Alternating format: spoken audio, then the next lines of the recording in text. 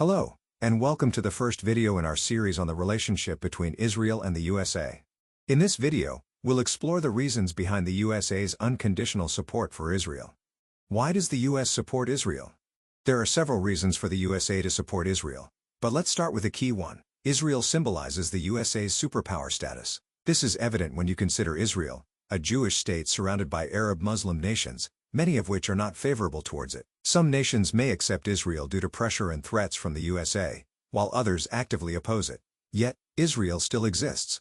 Why? Because of the USA's military, diplomatic, and economic support. To understand how true this is, consider this thought experiment. If you replace the US with any other country as Israel's primary supporter, do you think Israel would have existed for so long? It likely would have been destroyed a long time ago. Israel exists because the US, as the sole superpower, supports it. In people's minds, Israel is seen as a proxy of the US, primarily taking care of US interests in the region. If Israel were to disappear, especially forcefully, it would signify a significant decrease in US influence on the world stage. In other words, the US is too deep in the role of Israel's protector, which started after the Second World War. It cannot just come out of this role without any repercussions. To talk about things in more detail, we have to talk about geopolitics. Now, what is geopolitics? Geopolitics refers to the politics influenced by geographical factors, especially in the context of international relations. Every geopolitical action of a nation sends two distinct signals, one to the general populace and another to other leaders and responsible figures worldwide. The key difference is that geopolitical actions are driven by the perspectives of leaders and policymakers, not by the general public's opinions. For example, consider the widespread protests urging the USA government to stop supporting Israel. Suppose the USA yields to this massive global pressure and halts its support, leading Israel to the brink of collapse. The global protesters, who vastly outnumber their counterparts, would celebrate this decision as a just and righteous act. However, leaders and policymakers of various countries, a group numbering around 4,000 to 5,000 worldwide, might perceive this differently. In their view, geopolitics is governed by interests rather than notions of right or wrong. They might interpret the USA decision to withdraw support as a sign of increasing softness, believing that the USA can now be pressured into further retreats. Consequently, the USA cannot afford to make such a decision. It is now more true, especially after the disastrous withdrawal from Afghanistan, which was a big blow to the USA prestige. Now the question is, why does geopolitics act this way? The reason is lack of accountability in international relations. When an individual commits an illegal act, their country typically handles the situation. But what happens when a country does something illegal? Ideally, the United Nations, UN, should address it. However, often the UN has proven to be ineffective, especially in recent times. In reality, in geopolitics, power dictates what is right. So, no one wants to appear weak, especially a superpower like the US. To maintain its status, the USA projects its power globally. By supporting a state like Israel, which many neighboring countries want to destroy, and keeping it alive, the USA demonstrates its strength. Let me give you an analogy. Imagine a small community where 7 people live in 7 houses. Occasionally, there are minor disputes among them. In one such situation, one person, let's call him Person U, goes to another person's house, Person P, and attacks him.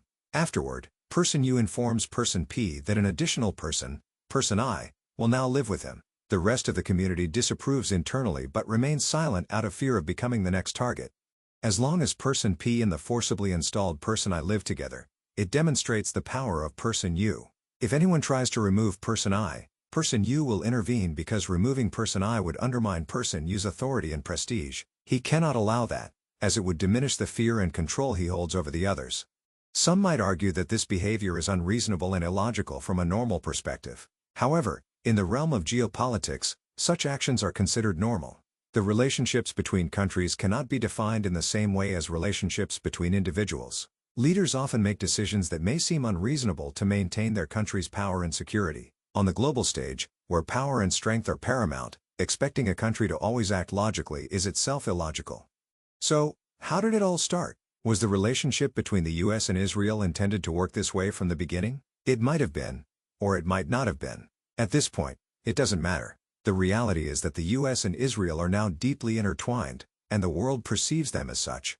Also, we must give credit to Israel for being very clever and strategic thinkers. Israel understands the US's mentality and weaknesses very well and leverages them effectively. While the US may want Israel to be its flag bearer, Israel desires this position even more because it is the only way it will get security and protection. If Israel were to fall for any reason, the global prestige of the US would suffer a significant blow. It could potentially lose its superpower status or be on the brink of losing it. This may seem unreasonable, but it is true. No matter how controversial Israel may be, from the US perspective it must continue to exist. If it falls, other relatively strong countries, who are looking for an opportunity to challenge the USA's superpower status, will see it as a signal. They will perceive that the US has become soft and it is time to unite against it and overthrow it.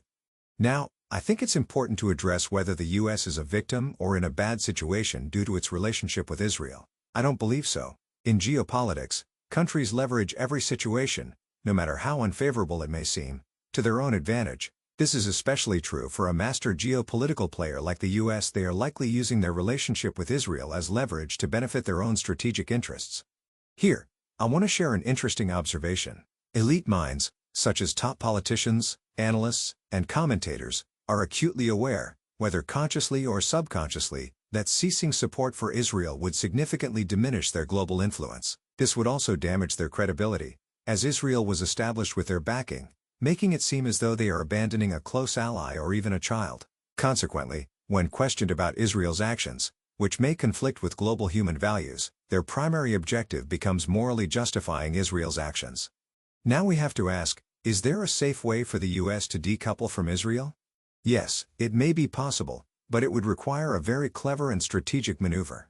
First, there must be a strong commitment to decoupling, which is almost impossible given the current internal US political situation. Additionally, Israel is very adept at maintaining its relationship with the US and would likely intervene at any sign of decoupling. In future videos, we will discuss how Israel manages this. Israel's main credit lies in its ability to prevent the US from decoupling. Many analysts suggest that Israel controls the US Congress through lobbying and financing. While financing is an important factor, Israel also convinces US Congress members and other policymakers through other means. One thing I did not explain in this video is the potential consequences if the US loses its superpower status. What problems would this create for the people of the US? Are there really any problems? Yes, there are massive problems, especially for a democratic country like the US. I will explain this further in the next video. Thank you all.